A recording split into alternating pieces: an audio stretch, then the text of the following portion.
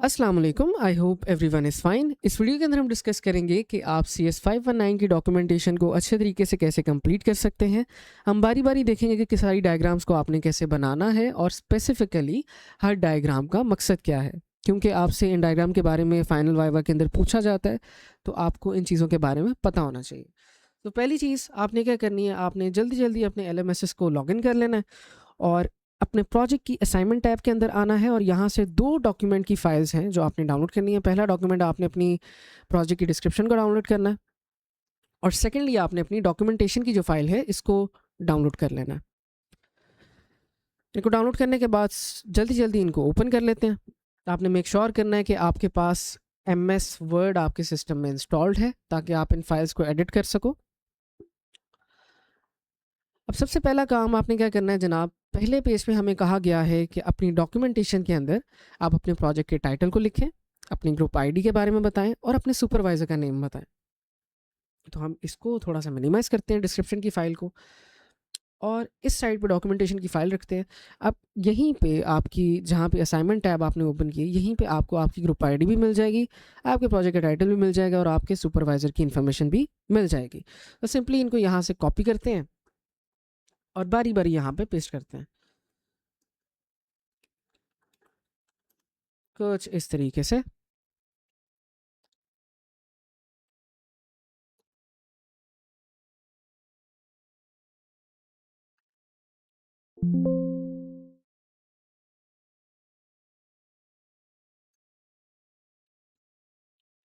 Paste करने के बाद आपने मेक श्योर करना है कि आप ये ग्रेटर देन और लेस देन के साइंस को रिमूव कर दें, बिकॉज ये मैंडेटरी नहीं है और ये अच्छे भी नहीं लगते। अब पहला पेज हमारा बन गया। सेकंड पेज पे जैसे ही हम आते हैं यहाँ पे रिवीजन हिस्ट्री के अंदर आपसे कहा गया है कि अपने प्रोजेक्ट के बारे में एक शॉर्ट सी डिस्क्रिप्शन दें, ऑथर के अंदर अपनी स्टूडेंट आईडी लिखें और हमें करंट डेट बताएं जिस दिन आपने ये डॉक्यूमेंटेशन लिखना स्टार्ट की है। तो आज की जो डेट है जनाब वो है 28 तारीख। आपने मेक श्योर करना है कि आप इसी फॉर्मेट के अंदर डेट लिखो जैसे ऊपर बताया गया है। तो हम यहाँ पे लिखेंगे 28/04/2026। अब डॉक्यूमेंटेशन जो लिखा है इसके अंदर आप डायरेक्टली जो आपकी डिस्क्रिप्शन की फ़ाइल है इसकी एब्स्ट्रैक्ट इन्फॉर्मेशन को भी कॉपी करके पेस्ट कर सकते हैं और स्टूडेंट आईडी के अंदर आपने सिंपली अपनी जो स्टूडेंट आईडी है उसको पेस्ट कर देना है कुछ इस तरीके से। अब दो पेज आपके तैयार हो गए हैं। अब नेक्स्ट जो है आपका काम आ जाता है टेबल ऑफ कंटेंट का। आपने इस पेज पे कुछ भी नहीं करना, इससे आगे अब हमारा मेन काम स्टार्ट होता है। पहली चीज़ जो हमें कही गई है लिखने के लिए वो है इंट्रोडक्शन ऑफ डॉक्यूमेंट। अब इंट्रोडक्शन ऑफ डॉक्यूमेंट के अंदर आपने बताना है कि आपने इस डॉक्यूमेंट के अंदर क्या क्या बनाया है। तो क्योंकि अभी हमने नहीं बनाया तो ये वाले सेक्शन को हम लास्ट में कंप्लीट करेंगे ताकि हमें सारी चीज़ें समझ आ चुकी हों तब तक। दूसरे सेक्शन से हम स्टार्ट करते हैं। फर्स्ट ऑफ ऑल हमने बताना है कि हमारा जो ये प्रोजेक्ट है यानी कि ये वाला, इसकी इसका स्कोप क्या है। स्कोप का मतलब होता है कि ये इसकी लिमिटेशंस क्या हैं और ये स्पेसिफिकली क्या क्या फीचर्स लेके आता है, क्या क्या काम करता है। तो हम सिंपली एक काम करते हैं, यहाँ से अपने सारी डिस्क्रिप्शन को कॉपी करते हैं, अपनी मर्ज़ी का चैटबॉट ओपन करते हैं। फॉर एग्जांपल हमने यहाँ पे चैट जीपीटी ओपन कर लिया और यहाँ पे हमने डीप सी को ओपन कर लिया। अब कोई रिस्ट्रिक्शन नहीं है, आप अपनी मर्ज़ी से कोई भी चैटबॉट वगैरह यूज़ कर सकते हैं। अब यहाँ पे chat GPT for some reasons थोड़ा टाइम ले रहा है लोड होने के लिए, इसको लोड होने देते हैं। हमने सिंपली यहाँ पे अपनी डिस्क्रिप्शन को पेस्ट करना है और इसको प्रॉम्प्ट देनी है कि right me scope of this project simply in paragraph plus bulleted format combined. अब कंबाइंड का मतलब क्या होगा कि ये हमें पहले थोड़ा सा पैराग्राफ के अंदर हमारे प्रोजेक्ट के बारे में इंट्रोडक्शन दे दे और उसके बाद बुलेटेड फॉर्म में हमें इसके स्कोप्स के बारे में बता दे। ठीक है। अब हमारा चैट जीपीटी यहाँ पे लोड हो चुका है। हमने यहाँ पे सारी की सारी इसको डिस्क्रिप्शन दे दी है और नीचे इसको प्रॉम्प्ट दिए कि हमें एक इस प्रोजेक्ट के रिलेटेड स्कोप दे दो, पैराग्राफ और बुलेटेड फॉर्म में कंबाइंड। तो इसने नीचे हमें आंसर दिया है जनाब कि ये आपके प्रोजेक्ट का स्कोप है और मेजर एरियाज जो हैं उसके उसने बुलेटेड फॉर्म के अंदर लिख दी हैं। हम सिंपली इसको कॉपी करते हैं और यहाँ पे ला के पेस्ट कर देते हैं डायरेक्टली। अब यहाँ पे लाके इसको डायरेक्टली पेस्ट कर देते हैं। अब आपने मेक श्योर करना है कि जनाब आपके जो फॉन्ट साइज़ है आपके अंदर वाले टेक्स्ट का, वो कंपैरेटिवली आपकी सब टाइटल से कम हो, क्योंकि हम नहीं चाहते कि कुछ भी अनऑर्गेनाइज लगे। तो आपने इसको 12 कर लेना है फॉर एग्जांपल, ताकि क्लियरली पता लग सके कि ये हमारी हेडिंग है और नीचे वाला टेक्स्ट जो है ये हमारा कंटेंट है। अब मुझे जो लग रहा है यहाँ पे एक इशू वो ये कि यहाँ पे लाइन हाइट बहुत ज़्यादा है, यानी कि एक लाइन से दूसरी लाइन के दरमियान वर्टिकली फासला ज़्यादा है। अगर आपको भी इस तरह का शो हो रहा है तो आपने सिंपली सारे टेक्स्ट को सिलेक्ट करना है और यहाँ पे जाके लाइन हाइट को लेट से 1.5 कर लेते हैं, और अब ये बहुत बेहतर लग रहा है पहले से, राइट। अब सिमिलरली नेक्स्ट पार्ट पे चलते हैं, फंक्शनल रिक्वायरमेंट पे। अगेन अपने प्रोजेक्ट की सारी डिस्क्रिप्शन को कॉपी करें और इसको यहाँ पे पेस्ट करें। आपने मेक श्योर करना है कि आप ये टूल्स एंड टेक्नोलॉजी से पहले पहले तक पेस्ट कर रहे हो। आपने सुपरवाइज़र का नेम वगैरह यहाँ पे नहीं देना, और बाद में इसको फिर प्रॉम्प्ट दें, provide me all the functional and non-functional requirements of this project in the following format। अब हम क्या चाहते हैं जनाब कि हमारा फॉर्मेट किस तरह का हो। मैं चाहता हूँ कि टॉप पे FR1 लिखा हो, यानी कि हर फंक्शनल रिक्वायरमेंट की एक छोटी सी सब हेडिंग हो और उसके बाद उसकी डिटेल्स लिखी हो, और प्लस हम इसको कह देते हैं and also provide me A concise definition of functional and non-functional requirement on top। अब जैसे इसको हम रन करते हैं तो ये पहले हमें इन दोनों चीज़ों की दे रहा है डेफिनेशन, और उसके बाद ये डिफाइन कर रहे हैं जितनी भी हमारी फंक्शनल और नॉन फंक्शनल रिक्वायरमेंट्स हैं, राइट।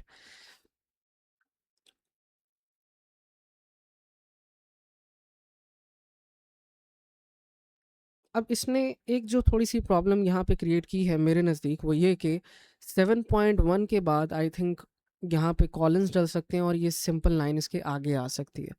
तो हम इसको कह सकते हैं यहाँ पे कि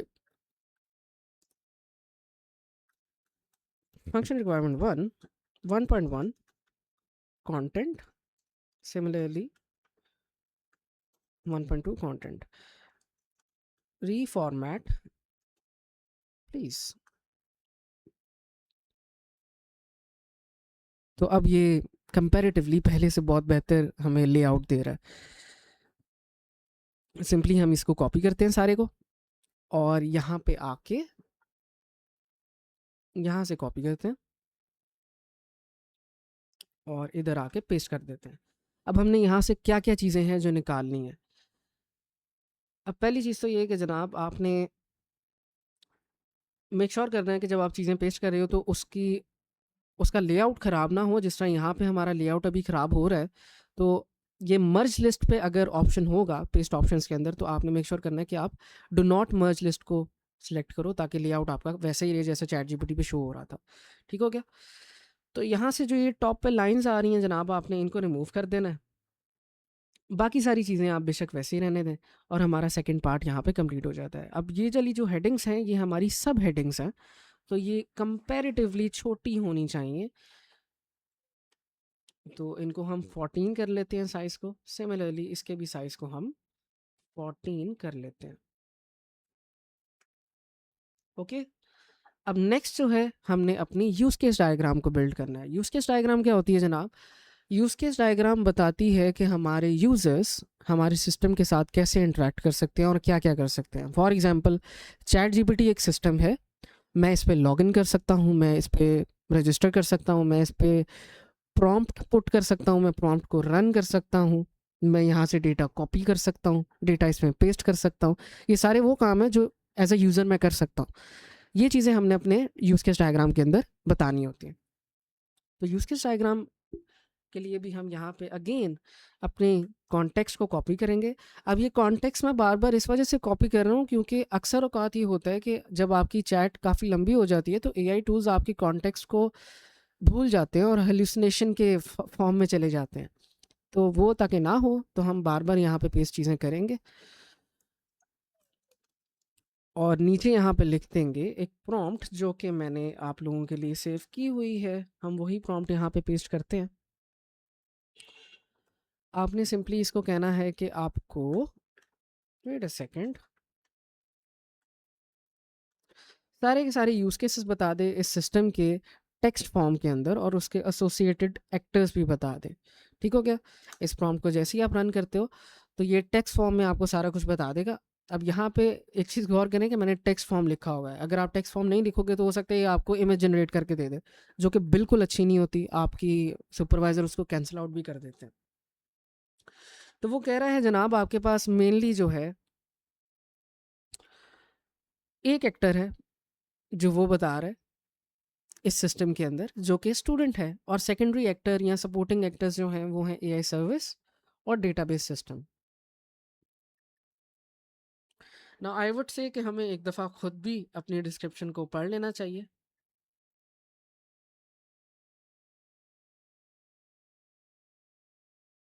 यूज़र रजिस्ट्रेशन यूज़र ही इनपुट करेगा फील्ड, जनरेट करेगा शॉर्ट समरी, जनरेट करेगा सिंपल एक्सप्लेनेशन।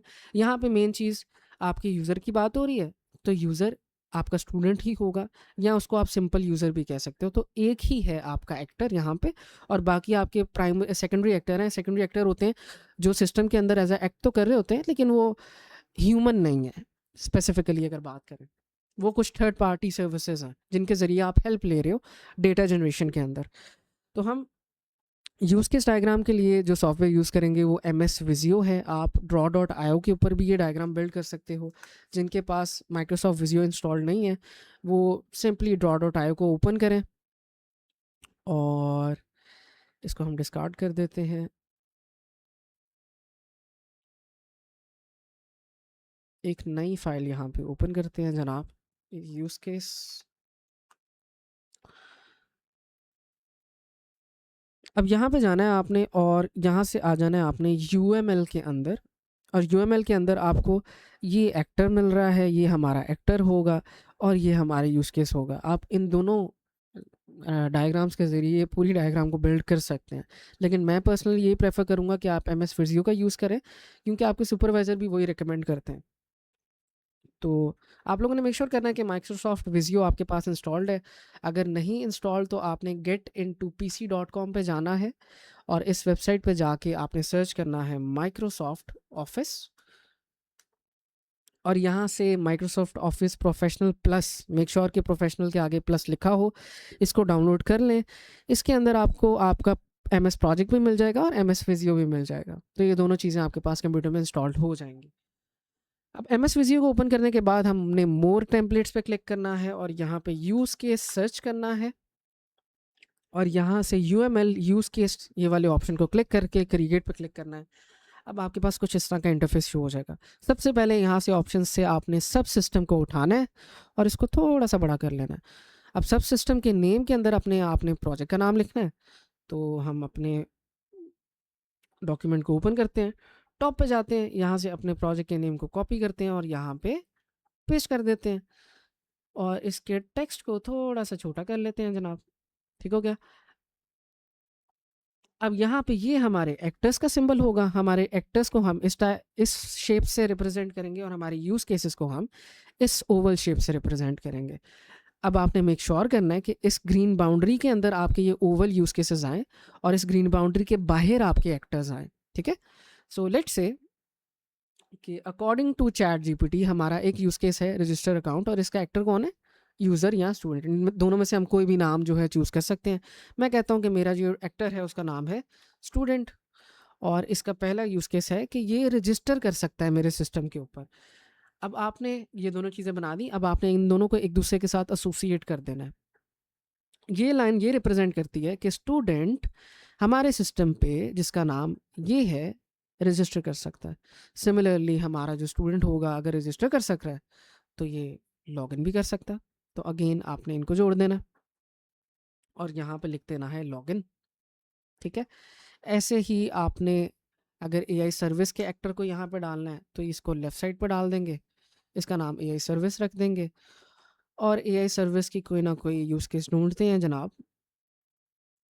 जिस तरह यहाँ पे जनरेट एक्सप्लेनेशन एक यूज़ केस है, आप यहाँ पे ये यूज़ केस डालोगे और हमारी एआई सर्विस जो है वो हमारी एक्सप्लेनेशन को जनरेट करती है। अब इस तरह कर कर आके आपने अपने सारे के सारे जो यूज़ केसेस हैं उनको कंप्लीट करना है। अब इसके अंदर एक फर्दर चीज़ आप ऐड कर सकते हो, वो ये कि आप यहाँ पे आके कह सकते हो also tell me about extend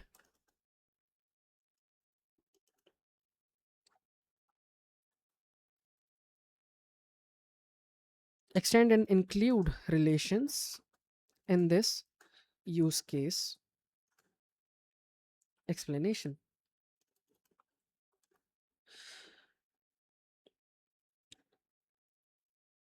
अब ये जो रिलेशनशिप्स बता रहा है नन नन, अब ये यहाँ पे आते हैं कि हमारा स्टूडेंट जो है वो लॉगिन करता है, और अगर वो लॉगिन करता है, लॉगिन करते हुए उसके क्रेडेंशियल्स जो हैं वो वैलिडेट होते हैं, तो हम ये वाले पार्ट को एज अ यूज़ केस डालेंगे कुछ इस तरह से, और यहाँ से इंक्लूड को पकड़ेंगे और इसके साथ इसको जोड़ देंगे। अब इसका मतलब क्या है, जब हम लॉगिन करते हैं कहीं पे भी तो वैलिडेशन होती है बिहाइंड द सीन। वैलिडेशन कहते हो आप कि ईमेल जो है उसका करेक्ट फॉर्मेट जो है वो चेक किया जाता है कि बंदे ने ईमेल करेक्ट लिखा भी है कि नहीं।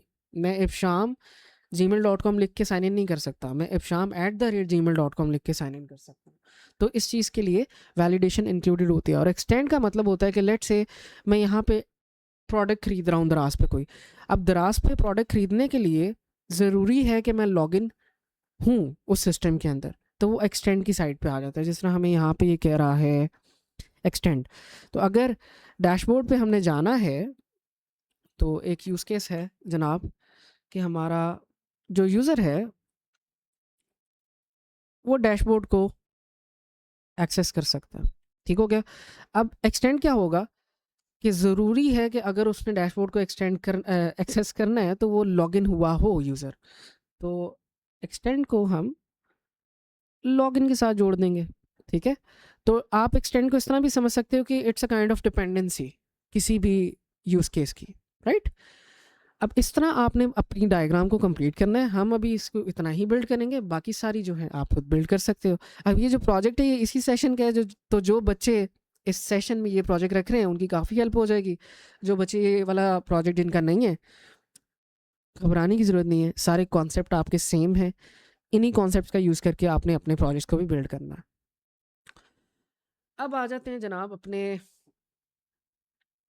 डॉक्यूमेंटेशन के ऊपर, और यहाँ पे आके हम अपनी यूज़ केस डायग्राम को पेस्ट कर देते हैं।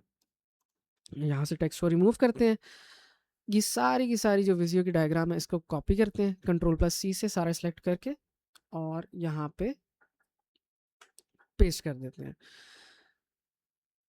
अब जो मेन चीज़ है कि मैंने विजियो का यूज़ क्यों किया है,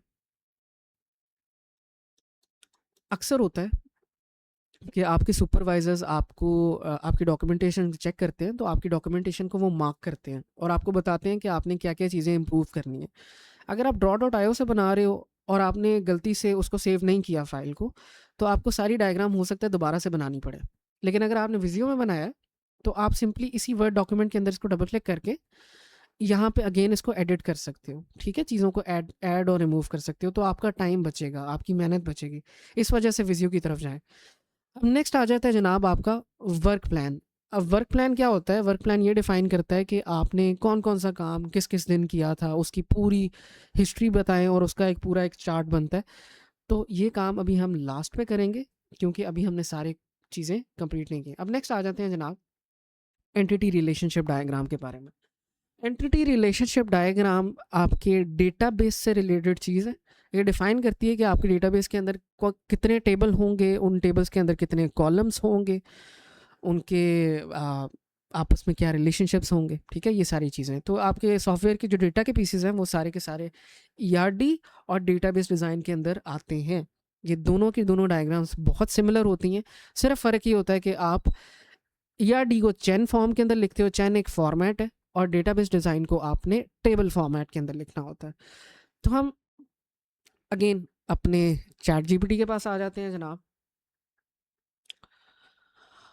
और इसको कहते हैं कि I am going to make ERD in Chen format. Provide me all the entities and its attributes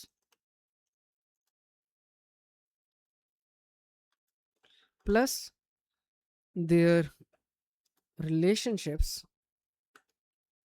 इसको थोड़ा और एक्सप्लिसिट कर देते हैं, हम कह देते हैं प्लस relationships between entities इन टेक्स्ट फॉर्म। ये चीज़ आपने लाजमी बतानी है इसको कि टेक्स्ट फॉर्म में आपको सारी इन्फॉर्मेशन दे, ताकि ये कोई बिला वजह के डायग्राम्स वगैरह को जनरेट ना करे। डायग्राम्स हम खुद ही जनरेट करना चाह रहे हैं।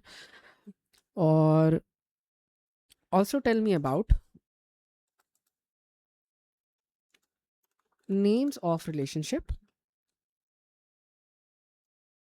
as we have to put them in diamond shapes while making Venn diagram। अब ये पूरी पूरी एक्सप्लिसिट आपकी प्रॉम्प्ट है। अब अगेन आपने यहाँ से डिस्क्रिप्शन पे जाके अपनी सारी डिस्क्रिप्शन को कॉपी करना है, उसको नीचे पेस्ट कर देना है जनाब, और यहाँ से टूल्स तक आपने कट कर देना है, इसको रन करना है।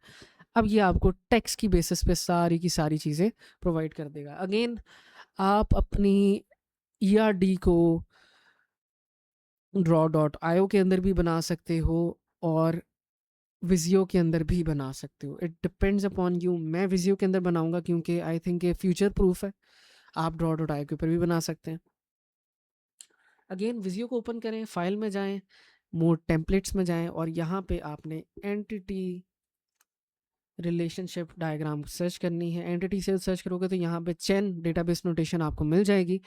आपने इसको क्रिएट करना है, आपके पास कुछ इस तरह का फॉर्मेट आ जाएगा। अब जनाब यहाँ पे आपके पास एंटिटीज़ का एक शेप है, आपके पास यहाँ पे एट्रीब्यूट्स की एक शेप है, आपके पास यहाँ पे रिलेशनशिप की एक शेप है, और रिलेशनशिप कनेक्टर की एक शेप है। These 4 things are more than enough to build your diagram. ठीक है, तो एक साइड में हम इसको रखते हैं और बारी बारी देखते हैं कि क्या चीज़ें हैं। हमारे पास यूज़र एक एंटिटी है, जितनी भी ये हेडिंग के अंदर चीज़ें हैं ये एंटिटी हैं, और जितनी अंदर ये चीज़ें लिखी हैं ये हमारी एट्रीब्यूट्स हैं। तो यूज़र एक एंटिटी है जनाब, मैं कह दूंगा यूज़र मेरी एक एंटिटी है। सिमिलरली हमारे पास एक और एंटिटी है जिसका नाम है स्टडी रिक्वेस्ट। ठीक हो गया।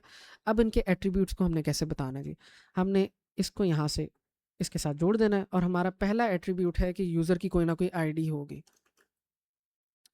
अब जहाँ जहाँ पे लिखा होगा प्राइमरी की या फॉरेन की, आपने मेक श्योर करना है कि वो वाला एट्रीब्यूट अंडरलाइंड हो। ये डिफाइन करता है कि ये एक प्राइमरी की है। ठीक है, फिर फुल नेम, तो अगेन एट्रीब्यूट को यहाँ से पकड़ेंगे, इसके अंदर फुल नेम लिख देंगे, और इसको यहाँ पे कुछ इस तरह ठीक ठीक तरह रख देंगे। अगेन ईमेल पेस्ट कर देंगे, पासवर्ड हैश,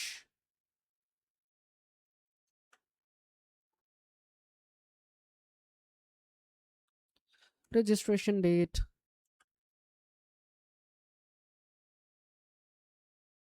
और लास्ट लॉगिन। ऐसे ही आपने बारी बारी ये सारी चीज़ें पेस्ट कर देनी है। अब ये यूज़र हमारी एंटिटी है, ये सारे उसके एट्रीब्यूट्स हैं। सिमिलरली हमारी स्टडी रिक्वेस्ट जो है वो एंटिटी है, और इसकी रिक्वेस्ट आईडी एक एंटिटी है, एट्रीब्यूट है। अब ये क्योंकि प्राइमरी की है, नीचे ब्रैकेट से प्राइमरी की को हटाते हैं और इस रिक्वेस्ट आईडी को सिंपली अंडरलाइन कर देते हैं। सिमिलरली इनपुट टेक्स्ट,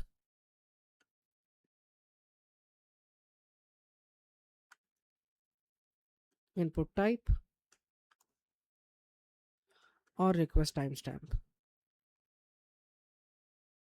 ठीक है, अब एंटिटीज़ और रिलेशनशिप आपने ऐसे अपना एंटिटीज़ और एट्रीब्यूट्स आपने इस तरह लिखने हैं। अब देखते हैं कि दरमियान में इनके रिलेशनशिप्स जो हैं उनको आपने कैसे डिफ़ाइन करना है जनाब। मैं इनको थोड़ा सा नीचे कर लेता हूँ कुछ इस तरीके से, और नीचे आते हैं कि रिलेशनशिप्स क्या हैं। यूज़र का हमारे सबमिट रिक्वेस्ट एंटिटी के साथ ये रिलेशनशिप है कि यूज़र सबमिट करता है स्टडी रिक्वेस्ट को। रिलेशनशिप का नाम जो है वो सबमिट है, और हमने उसको डायमंड शेप के अंदर शो करना है।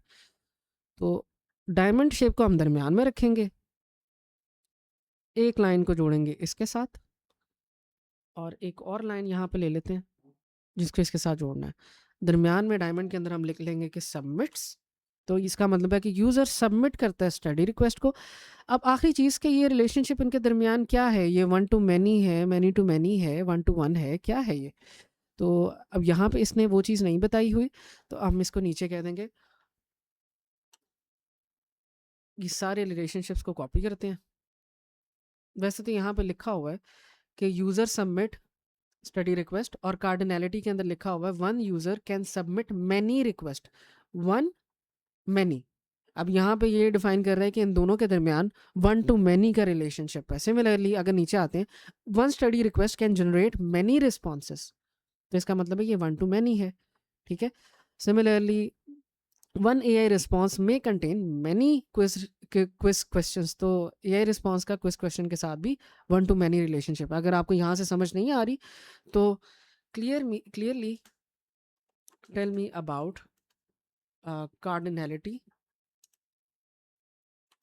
between these।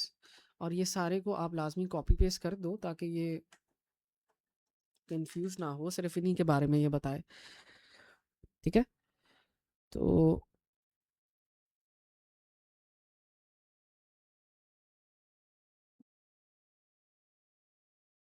आई थिंक ये पहले वाली जो जनरेशन है ये ठीक है, इसको प्रेफर कर लेते हैं। अब बारी बारी देखते हैं जनाब इसका क्या मतलब है। वो कह रहा है कि यूज़र का स्टडी रिक्वेस्ट से वन टू मैनी का रिलेशनशिप है। ये एन का मतलब मैनी होता है, जिस तरह मैथ्स के अंदर लिखते थे ना 1 2 3 फिर dot dot dot dot dot फिर उसके बाद एन लगा देते थे कि ये अनलिमिटेड चीज़ है। ठीक है। तो ये वन टू मैनी रिप्रेजेंट कर सकता है। आप एम भी लगा सकते हो, एन भी लगा सकते हो, एक ही बात है। तो हम यहाँ पे इस लाइन पर डबल क्लिक करेंगे, हम कहेंगे one user can submit many request. ठीक है। वन टू मैनी का रिलेशनशिप। सिमिलरली अगर आप इसको उल्टा पढ़ते हो तो many study request can be submitted by one user. ठीक है। तो आई होप कि यहाँ पे आपको सारी चीज़ों की समझ आ गई होगी। इसी तरह आपने बाकी एंटिटीज़ भी बनानी है।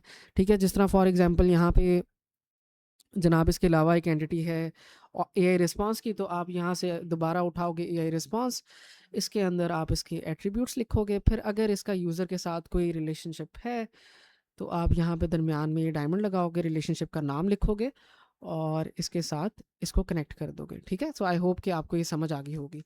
अगेन इतने से को हम कॉपी करते हैं, आपने सारा बनाने के बाद कॉपी करना है और अपने डॉक्यूमेंट के अंदर जाके इसको पेस्ट कर देते हैं। ठीक हो गया। अब इसी ERD को लेके हमने अपनी डिज़ाइन डॉक्यूमेंट को भी डेटाबेस डिज़ाइन को भी बनाना है। तो इसको एक साइड पे रख देते हैं जनाब, और विजुअल स्टूडियो के अंदर अगेन आते हैं, मोर टेम्पलेट्स पे जाते हैं और यहाँ पे डेटाबेस लिख के सर्च करते हैं। डेटाबेस के सर्च करेंगे तो यहाँ पे आपको नज़र आ रहा है डेटाबेस मॉडल डायग्राम। इसको क्रिएट करें। आपके पास कुछ इस तरह का ऑप्शन आ जाएगा, इसको आप कैंसिल कर दें, हम स्टार्ट से बनाना स्टार्ट करते हैं। अब यहाँ पे एंटिटीज़ आ रहे हैं। अब एंटिटीज़ क्या है, हमने ERD के अंदर हमारी यूज़र एक एंटिटी है और स्टडी रिक्वेस्ट एक एंटिटी है। तो इस पर क्लिक करते हैं और नीचे लिखना स्टार्ट करते हैं। हमने फिजिकल नेम जो देना है इस एंटिटी को वो देना है जनाब यूज़र का। तो यूज़र की यहाँ पे एंटिटी बन गई है। अब आ जाते हैं जनाब कॉलम्स के ऊपर कि इसमें कौन कौन से कॉलम है। हम कह देते हैं कि इसके अंदर जो पहला कॉलम है वो है यूज़र आईडी का। तो इधर हम लिख देंगे यूज़र आईडी, और यूज़र आईडी जो है ये हमारी प्राइमरी की है। तो ये यहाँ पे इस तरह नज़र आपको आ रही होगी, साथ साथ ये चीज़ें सारा कुछ करता रहेगा। सिमिलरली दूसरे पे हमने लिखना है पासवर्ड हैश, और यहाँ पे ये पासवर्ड हैश लिख देगा। अब ये कोई भी प्राइमरी की वगैरह नहीं है तो हम बाकी सारी चीज़ें यहाँ पे छोड़ देंगे। जैसे बाकी सारी चीज़ें हैं हम यहाँ पे फुल नेम लिख देंगे, ईमेल लिख देंगे, और इसके अलावा रजिस्ट्रेशन डेट है,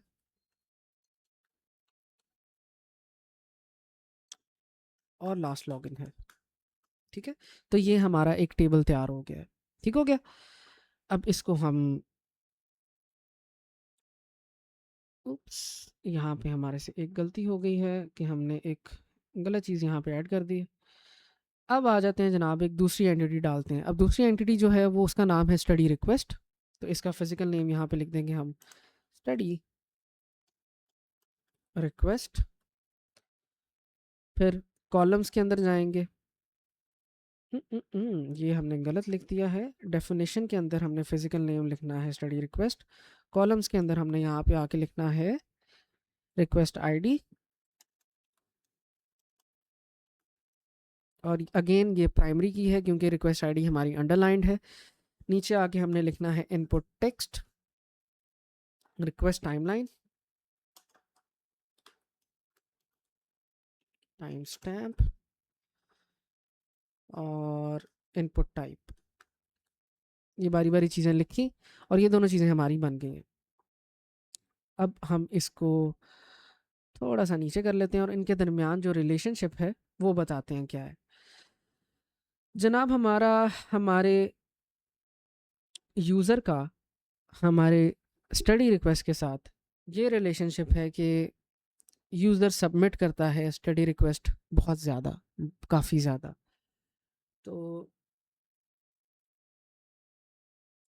हम कुछ इसको इस तरह उठाएंगे और इसको इसके साथ ऐसे जोड़ देंगे, सिंपल एज दैट, कि one user can submit many study request. ये हमारा एक रिलेशनशिप बन गया है। और नीचे हमें नज़र आ रहा है कि हमारा यूज़र पेरेंट है और स्टडी रिक्वेस्ट हमारी चाइल्ड है। ठीक हो गया। अब अगर इसको आपने नेम देना है, डेफिनेशन वगैरह, तो वर्ब का फ्रेज हम यहाँ पे सबमिट्स लिख लेते हैं और डेट्स इट, डेट्स इनफ। इसी तरह आपने बाकी सारी भी एंटिटीज़ को यहाँ पे बनाना है और एट लास्ट यहाँ से इनको कॉपी करना है और अपनी डायग्राम के अंदर आके, अपनी डॉक्यूमेंट के अंदर आके पेस्ट कर देना। ठीक हो गया। तो आई होप कि यहाँ तक आपको समझ आ गई होगी। मेक श्योर करें कि आपने रिलेशनशिप्स जहाँ पे जो आप डिफ़ाइन कर रहे हो वो करेक्ट हो। मैं आपको अगेन बता देता हूँ, ये रिलेशनशिप को आपने ऐसे उठाना है होल्ड करके और फिर ऐसे आपस में जोड़ना है। अगर इस रिलेशनशिप को आपने चेंज करना है, ठीक है, तो वो आप जनाब चेंज कर सकते हो। आप सिंपली इसको बड़ा करते हैं और देखते हैं कि हमें क्या ऑप्शंस दिए जा रहे हैं। डेटाबेस प्रॉपर्टी के अंदर जाएं।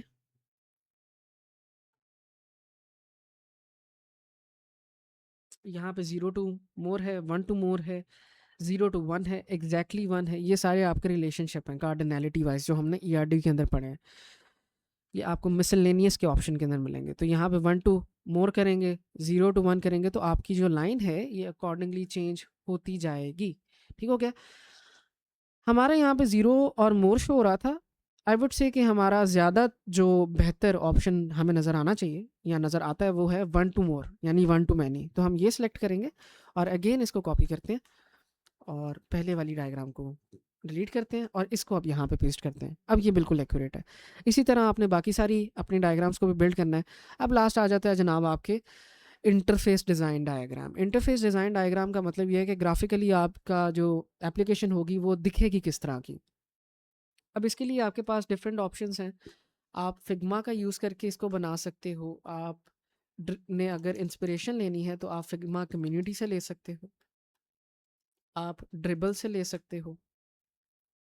ठीक है, ये दोनों वेबसाइट्स आपके पास अवेलेबल हैं। अब हम सिंपली जाते हैं फिग्मा पे, हम सिंपली जाते हैं ड्रिबल पे। ये दो वेबसाइट्स हैं जहाँ से आपको डिज़ाइन की इंस्पिरेशन मिल जाएगी, आइडिया मिल जाएगा कि आपने डिज़ाइन किस तरह बिल्ड करना है। तो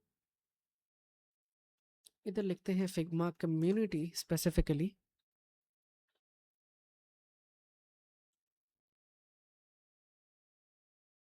तो यहाँ पे आपके पास ना एक प्रॉपर कलेक्शन आपको मिल जाएगी सारी वेबसाइट्स के डिज़ाइन वगैरह की। अब आपका जो वेबसाइट है वो किस रिलेटेड है, अगर हम डिस्क्रिप्शन में आके पढ़ें तो हमें नज़र आ रहा है कि ये खुल क्यों नहीं रहा। हमारी जो वेबसाइट है ये वेब बेस्ड स्टडी असिस्टेंट है जो हेल्प करती है बच्चों की कि वो एकेडमिक टॉपिक्स को समझें जनरेटिव एआई से। ठीक है, और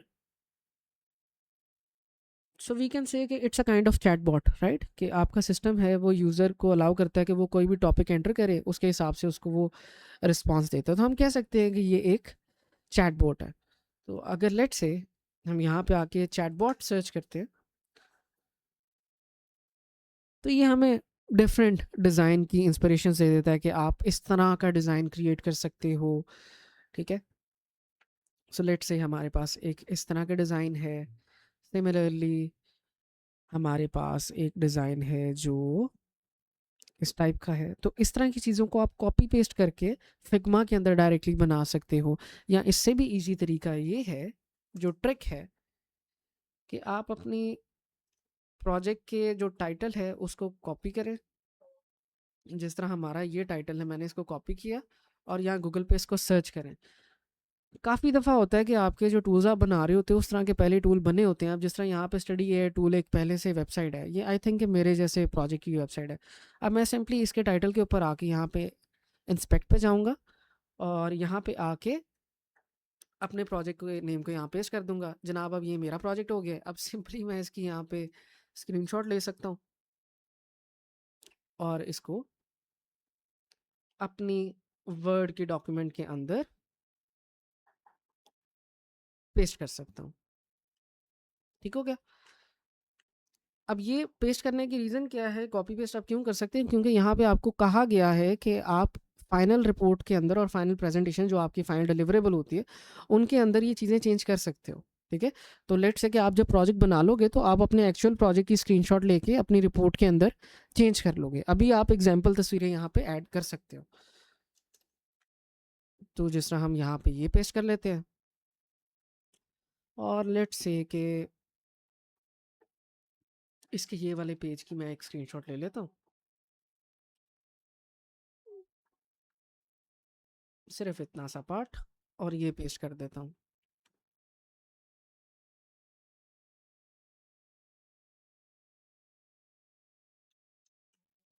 ठीक हो गया। अब हमारी सारी की सारी चीज़ें ऑलमोस्ट कंप्लीट हो चुकी हैं। अब लास्ट जो मेन चीज़ है, लास्ट, वैसे तो 2 सेक्शंस रहते हैं, हमने अभी इंट्रोडक्शन लिखनी है। अब वर्क प्लान के ऊपर आते हैं, क्योंकि हमने मोस्टली सारा काम कर लिया है। अब वर्क प्लान क्या होता है? वर्क प्लान को आप दूसरी ज़बान में गैंट चार्ट भी कहते हैं। ये आपका पूरा प्रोसेस बताता है कि आपने कब अपना काम स्टार्ट किया था और कब जाके आपका काम कंप्लीट होगा। अब इसको आपने बिल्ड करना है एमएस प्रोजेक्ट के अंदर, जो कि आपके सुपरवाइज़र आपको रिकमेंड करते हैं। तो हमने माइक्रोसॉफ्ट प्रोजेक्ट को ओपन कर लेना है।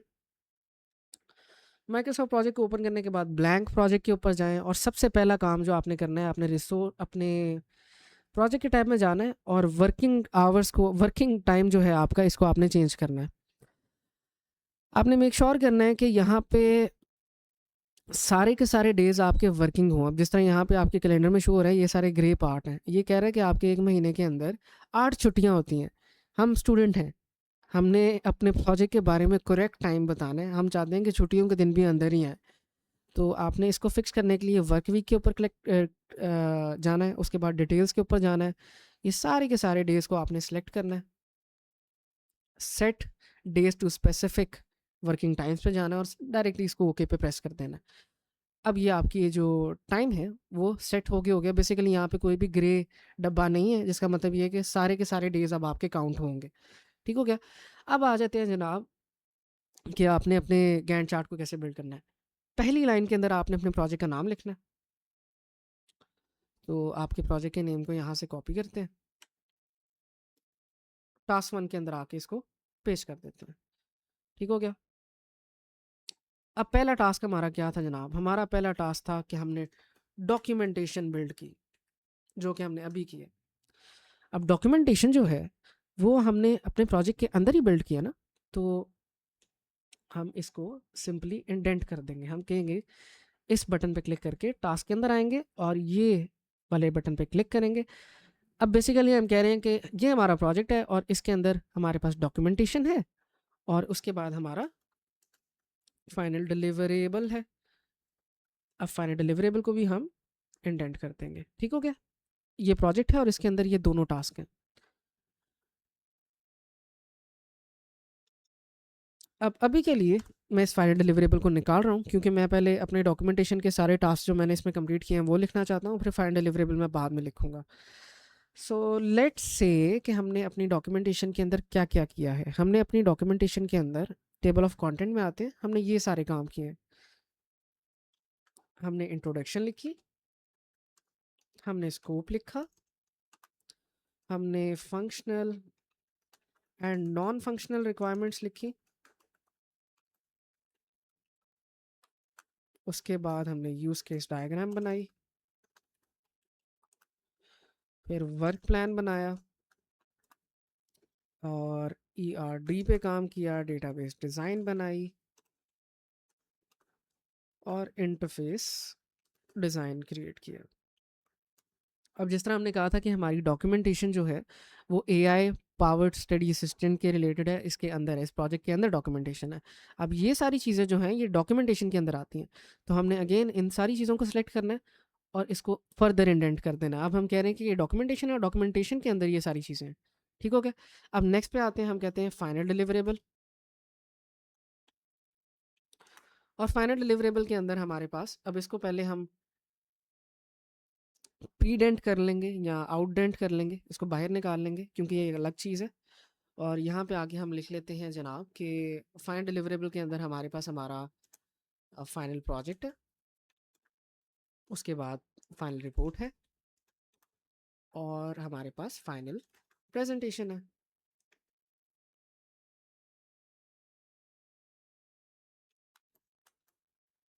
अब इन तीनों चीज़ों को भी सिलेक्ट करेंगे और इंडेंट कर देंगे। और बेसिकली हम कह रहे हैं कि हमारे पास हमारे पूरे प्रोजेक्ट के अंदर दो चीज़ें हैं, दो फेजेस हैं, डॉक्यूमेंटेशन का फेज़ है और फाइनल डिलीवरेबल का फेज़ है।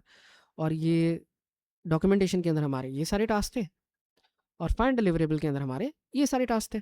ठीक है, अब हमने बताना है जनाब कितने दिनों के अंदर हमने ये सारा का सारा काम किया था। हमने अपने LMS के ऊपर आ जाना है और अपनी डेट्स नोट करनी है। 24 तारीख को हमारा प्रोजेक्ट स्टार्ट हुआ और 15 जुलाई तक जाना है, तो हम यहाँ से डेट सेलेक्ट करेंगे। 24 तारीख को हमारा प्रोजेक्ट स्टार्ट हुआ, 15 जुलाई तक हमारा प्रोजेक्ट जाएगा। 83 डेज़ का हमारा प्रोजेक्ट है। ठीक है, फिर डॉक्यूमेंटेशन हमारी कब स्टार्ट हुई है, 24 को स्टार्ट हुई, 13 मई तक गई, तो अगेन 24 यहाँ पे लिखी है, ठीक है वो। और 13 मई हम यहाँ पे आके सिलेक्ट कर लेंगे। ठीक है, 20 दिन लगे हैं हमें, बस बेसिकली 20 दिन हमें उन्होंने टोटल दिए हैं डॉक्यूमेंटेशन के लिए। और फाइनल डिलीवरेबल आपकी 14 मई को स्टार्ट हो रही है, सो 14 मई, और ये जारी है 15 ऑफ जुलाई तक। तो 63 डे हमें मिले हैं फाइनल डिलीवरेबल के अंदर। अब हमने ये सारे जो टास्क हैं ये ऐसे शो करने हैं कि हमने इन 20 दिनों के अंदर ये सारा डॉक्यूमेंट पूरा किया था। ठीक है, अजम्पशन बेसिस पर डेज लिखें, कोई ज़रूरी नहीं है कि आपने एग्जैक्टली इन्हीं दिन के अंदर करना है सारा कुछ। तो हम कह देते हैं जनाब हमने 24 तारीख को ही अपनी इंट्रोडक्शन स्टार्ट की थी और 25 तक हमने अपनी इंट्रोडक्शन कंप्लीट कर ली थी। सॉरी, 25 तक हमने कर ली थी कंप्लीट। सिमिलरली 26 को हमने स्कोप स्टार्ट किया था, 27 तक हमने स्कोप ख़त्म कर लिया, 28 को हमने ये स्टार्ट किया, 30 तक हमने ये ख़त्म कर लिया। फिर 3 मई से हमने स्टार्ट किया यूज़ केस डायग्राम को और 5 तक हमने ये कंप्लीट कर ली। अब यहाँ पे मैं जून तक चला गया हूँ। मेक श्योर कि आप अपने मंथ्स को ठीक तरीके से लिखें। फिर 6 मई को मैं कह देता हूँ जनाब मैंने स्टार्ट किया है अपना वर्क प्लान बनाना और 7 तारीख को मैंने अपना वर्क प्लान बना लिया। सिमिलरली 8, और यहाँ पे लिख देते हैं 9, इधर लिख देते हैं 10, इधर लिख देते हैं अगेन 11, और यहाँ पे हमारा आ गया 12 और इधर आ गया 13। ठीक हो गया। तो पूरे 20 दिन के अंदर हमने शो कर दिया जनाब कि हमने अपने डॉक्यूमेंट को पूरा किया। अब जैसे जैसे मैं यहाँ पे डेट्स लिख रहा हूँ ना, हमारा एक ग्राफ है जो यहाँ बनता जा रहा है। ठीक है, तो इसी ग्राफ की हमने बाद में स्क्रीनशॉट लेनी है। इसको थोड़ा सा जूम आउट कर लेते हैं यहाँ नीचे से, तो आपको यहाँ पे शो हो जाएगा कि हमने जनाब अप्रैल के 21 तारीख के बाद यानी 24 तारीख को हमने अपने प्रोजेक्ट को स्टार्ट किया था और ये अभी यहाँ पे कंटिन्यू हो रहा है बारी बारी बारी बारी। ठीक है, अब अगेन फाइनल डिलीवरेबल हमने प्रोजेक्ट को स्टार्ट किया 14 तारीख को, लेट से तो 14 मई को स्टार्ट किया, लेट से हम कहते हैं हमने 14 जून को अपने प्रोजेक्ट को ख़त्म कर लिया था या 15 जून को अपने प्रोजेक्ट को ख़त्म कर लिया था। फिर 16 को हमने अपनी रिपोर्ट स्टार्ट की और 30 को हमने अपनी रिपोर्ट को ख़त्म कर लिया। अब जुलाई के पार्ट में चले जाते हैं। जुलाई 1 को हमने अपनी प्रेजेंटेशन स्टार्ट की और जुलाई 15 को हमने अपनी प्रेजेंटेशन ख़त्म कर ली। हमने अपने पूरा टाइम जो है उसको बाय कर लिया। अब इस सारी चीज़ की हमने लेनी है जनाब स्क्रीनशॉट। ये है आपका वर्क प्लान। ठीक है, सो आई होप कि आपको समझ आ गई होगी। तो स्निपिंग टूल को ओपन करें, न्यू पे जाएं, ये सारी की सारी स्क्रीनशॉट लें।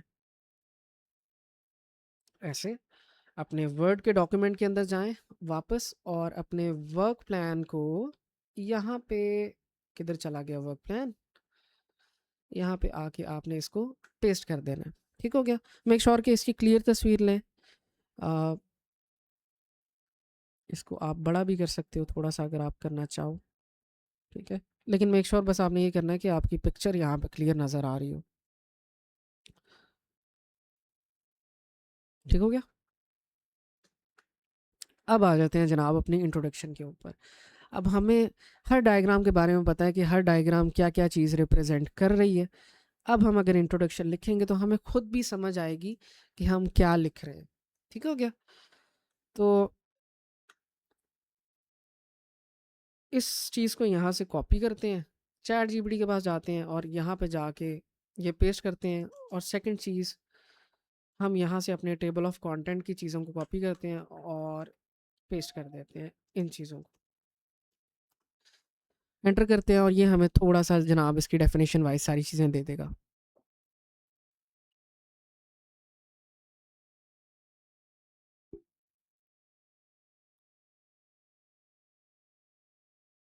अगेन इसको कॉपी करें और यहाँ पे आके सिंपली इसको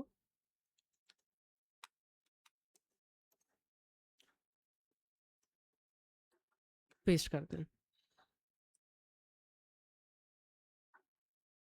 अच्छा जी, अब आपने एक चीज़ का अगेन ध्यान रखना है, अगर आपको फॉर्मेट इससे चेंज चाहिए तो आप सिंपली यहाँ पे लिख सकते हैं कि जिस तरह की भी फॉर्मेट के अंदर आपको चाहिए, I only need it in paragraph form. ठीक है, तो आपको पैराग्राफ फॉर्म में दे देगा। अगर आपको बुलेटेड फॉर्म में चाहिए तो बुलेटेड फॉर्म में दे देगा। ऑल्दो मेरी प्रेफरेंस यही है कि आप इसको बुलेटेड प्लस पैराग्राफ के अंदर रखें ताकि ये दोनों चीज़ें आपके पास आ जाएं। सो आई होप कि आपको अच्छे तरीके से समझ आ गई होगी कि आपने अपनी डॉक्यूमेंटेशन को कैसे बिल्ड करना है। ठीक है, आई थिंक कि we have done it in almost 50 minutes. 50 minute के अंदर हमने अपने पूरी डॉक्यूमेंटेशन को कंप्लीट कर लिया है। ऑल्दो आपको ज़्यादा टाइम लगेगा क्योंकि आपने डायग्राम्स कंप्लीट बनानी है, लेकिन आई होप कि आपको कॉन्सेप्ट वाइज सारा कुछ समझ आ गया होगा। अब आप में से जो वो बच्चे जो अपना प्रोजेक्ट पेड करवाना चाहते हैं या इस डॉक्यूमेंटेशन को पेड बनवाना चाहते हैं, they can contact on the given number below. यहाँ नीचे जो आपको नज़र आ रहा है नंबर, आप इस पर कॉन्टैक्ट कर सकते हैं। सेकेंडली, अगर गलती से भी आप में से कोई CS619 का बच्चा है तो मेक श्योर कि आप developerbano.com पे विज़िट करें। यहाँ पे आपके CS619 के सारे प्रोजेक्ट्स की रोड मैप आपको अवेलेबल मिल जाएगी, जो कि अभी लिस्ट आनी है। उसके अकॉर्डिंग आपकी वेबसाइट यहाँ पे अपडेट कर दी जाएगी, तो यहाँ पे जाके आप चेकआउट कर सकते हैं। और लास्टली, बेशक आप CS619 के हैं, बेशक आप 519 के हैं, मेक श्योर कि आप व्हाट्सएप का ग्रुप लाजमी ज्वाइन करें। आपको टॉप पे यहाँ पे QR कोड राइट साइड पे नज़र आ रहा होगा, आप इसको स्कैन करके व्हाट्सएप के ग्रुप को ज्वाइन करें। आपके ही सीनियर इसी सब्जेक्ट के ग्रुप में आपको मिल जाएंगे।